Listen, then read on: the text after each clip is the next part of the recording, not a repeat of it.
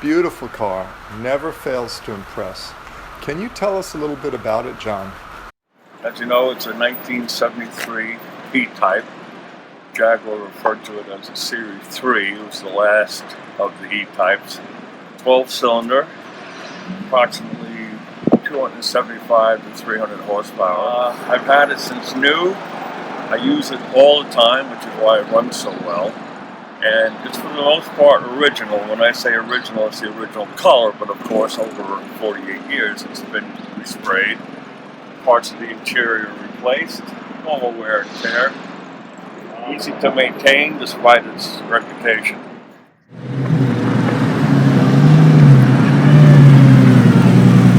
You had experience as a race car driver? Yeah, I drove race cars from '76 up until probably 2008. Started open wheel formula cars, GT cars, IMSA cars that would run at tracks like Daytona in the 24 hours, and Sebring in the 12 hours, as opposed to the first cars I drove were what we call Formula Atlantic, which were sprint races, 1 hour, hour and a half, no stopping, flat out from the green flag.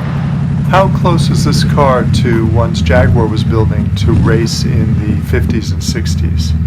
The suspension on this car is taken right out of those race cars. Obviously softened up just a bit for the street, but nevertheless the handling on this car is just incredible. It feels like you're just on rails. And you had a Ferrari too, right? But this was a smoother drive. I had a Ferrari Daytona, which was brutally fast, a gorgeous car, but it was just Ferrari never quite figured out how to combine that kind of performance with comfort. They used to say that if you drove a Ferrari in New York City and ran over a quarter, you could tell whether it was heads or tails. But anyway, what can I say? That car I sold and I didn't shed a tear. This car I've owned since new. It's 48 years, and if it ever got stolen or crashed, I'd be like losing a good friend. What is the number one thing you've done to keep this car running so well? You want to change the oil as often as possible. Because I never left oil in long enough to get dirty, which means it's collecting carbon, it's damaging the cylinder walls. I mean, it's a cheap insurance policy on keeping the engine fresh, reliable, and expenses down. Let's pull over and talk about some of the other features of the car, like the knockoff wheels, the dashboard, and some of the technical improvements you've made to the engine. This is a knockoff wheel, originally developed for racing, and the reason being it's lightweight and it's easy to change when you come into the pits for a new tire. When I want to get the wheel off, I take the hammer and I start to hit the ears. It's starting to turn.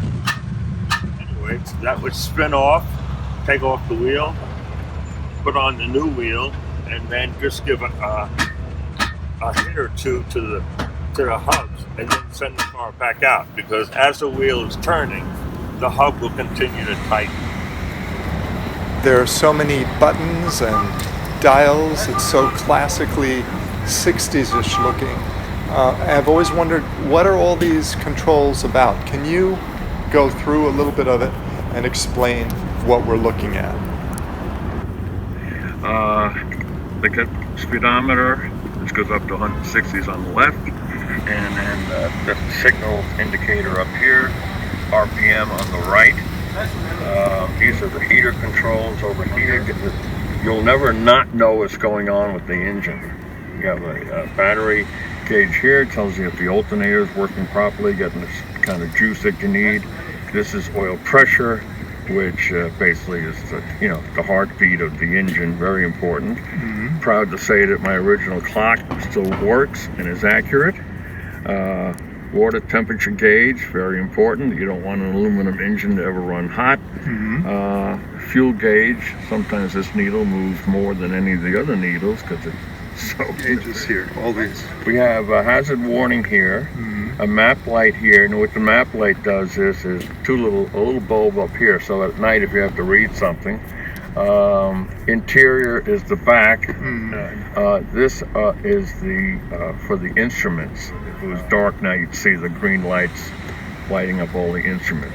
Then we have the wipers, low speed, and the fan for the heater. And this is just a dead switch for anything you might want to add. When I first got in the car, bought the car as a kid, I thought, wow, it's like inside an airplane. Now it's like I'm so used to looking at them, I can do a quick scan. By looking at the needle, I can tell, is it running normal, is it running where it should run, etc., etc. Is the steering wheel original? It's aftermarket, but the spokes are the same as the original. But the original is very thin. And through the years, like if you had to stop short and your hands are up here, you could actually bend the steering wheel back. So this company, Modolita, they made this wheel years ago, which looks like the original, but it's pretty substantial. And so it's not going to bend. The steering wheel itself actually is adjustable. This is, the hood always flips up on a Jaguar, right? Always forward like that. Is that a racing feature or? No, just the way it was designed. Man, look at the size of that. Show us some of the refinements you've made to make the car easier to maintain and just to live with in general. V12, 5.3 liter, 4 SU carburetors, originally had Strombergs. You have 2 on this side, 2 on the other. What are these plexiglass They covers? used to be aluminum from Jaguar. They bent and broke all the time. They serve a purpose. They're called rain catchers. They don't catch anything, but they do deflect any water that comes into the engine. I've made some changes. I put in a separate oil filter system. The original system was a canister underneath. You'll see the orange Fram filter, and I can go to Pep Boys or any auto store and replace it.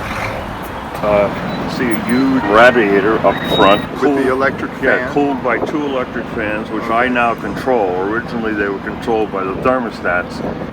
All the ignition parts are mounted. This was on the block. It used to get hot. Now it's nice and cool. This is what's called ballast resistor, so the distributor gets just the right amount of spark. And that was mounted underneath the coils, hot as hell. So I just stuck it up there.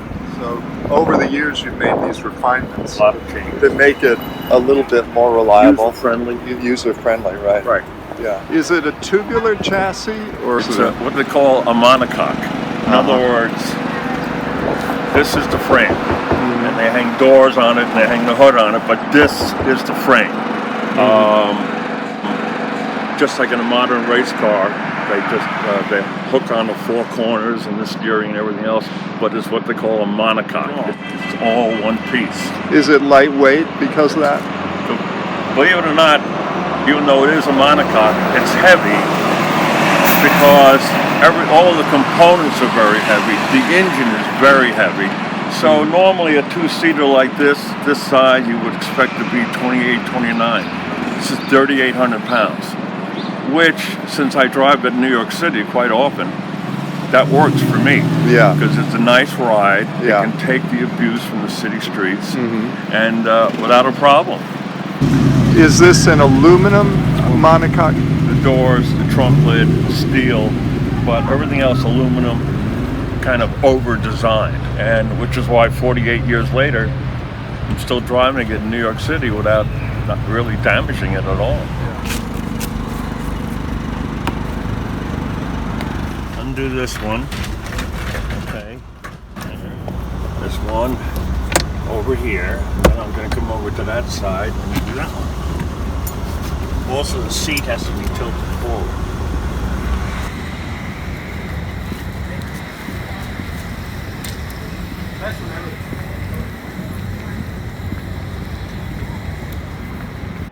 It looks great. Top up, top down.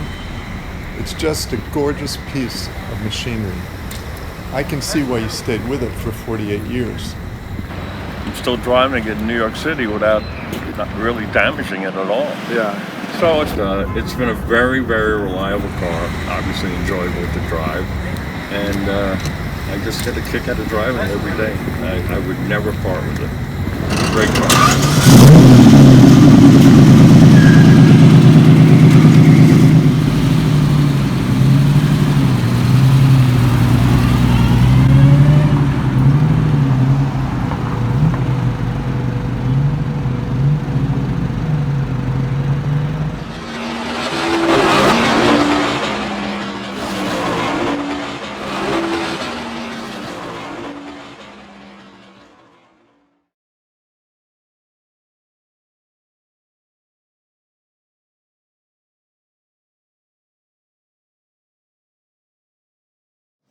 Say when. It's all yours.